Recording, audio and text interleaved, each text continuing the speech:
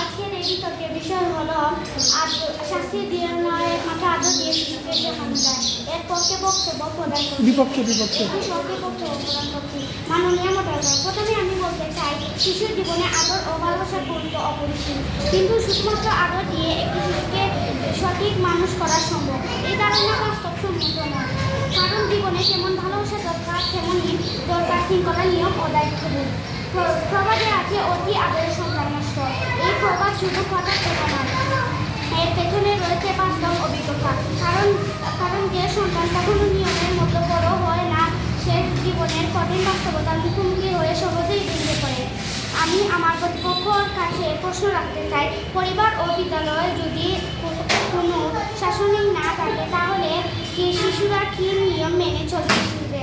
একটি গাছকে শুধু পানি দিলে হয় না, মাঝে মাঝে ছাঁটাই করতে হয়। তেমনই শিশুর বিকাশের জন্য ও আদরের পাশাপাশি প্রয়োজনীয় নিয়ম ও নিয়ন্ত্রণ। তাই আমি বলতে চাই, শুধু আদর নয়, বরং আদর ও শাসনের সুন্দর মাধ্যমে একটি শিশুকে শেখানো যায়। ধন্যবাদ সবাইকে।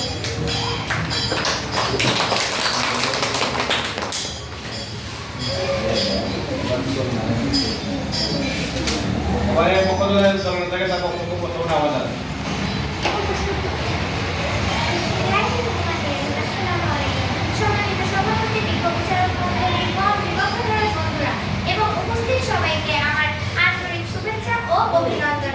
আজকের বিতর্কের বিষয় নির্ধারণ করা হয়েছে শাস্তি দিয়ে না, একমাত্র আদর দিয়ে শিশুকে শেখানো ভালো। এই বিষয়টির পক্ষে আমি ও আমার দল দৃঢ়ভাবে অবস্থান করছি। একটি শিশু মন ফুলের মতো, ভালোবাসায় ফোটে, কঠোরতায় ঝরে। শিশু কোনো যন্ত্র নয় যে কঠোরতা দিয়ে পরিচালনা করতে হবে। শিশু হবে অনুভূতির জগৎ। তার মন ভালোবাসা বোঝে, অপমান নয়, উৎসাহ বোঝে, ভয় নয়। আজ পৃথিবীর উন্নত দেশগুলোতে শারীরিক শাস্তি নিষিদ্ধ, কারণ বিজ্ঞানীরা গবেষণা করে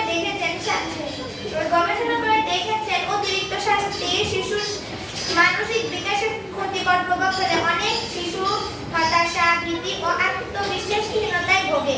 বিপক্ষ দলের বন্ধুরা লক্ষ্য করুন, বিপক্ষ দলের বন্ধুরা বলেছেন শাসন প্রয়োজন, আমরা বলছি শৃঙ্খলা প্রয়োজন।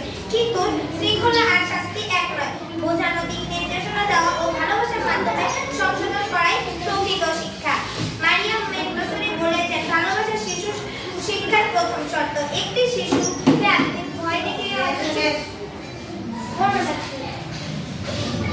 বিপক্ষ দলের দল থেকে তার বক্তব্য আমাদের আমার সামনে উপস্থিত মাননীয় মডারেটর ও আমার পক্ষ দলের বন্ধুকে আমার পক্ষ থেকে জানাই আন্তরিক শুভেচ্ছা। আর আজকের বিতর্কের বিষয় নির্ধারণ করা হয়েছে শাস্তি দিয়ে নয়, আদরে শিশুকে শেখানো সম্ভব। মাননীয় মডারেটর আমি এর বিভক্ত অবস্থান করছি। মাননীয় মডারেটর, শুধু আমি দিলে শিশু শেখা বুঝে না, যেতে হয়ে উঠে।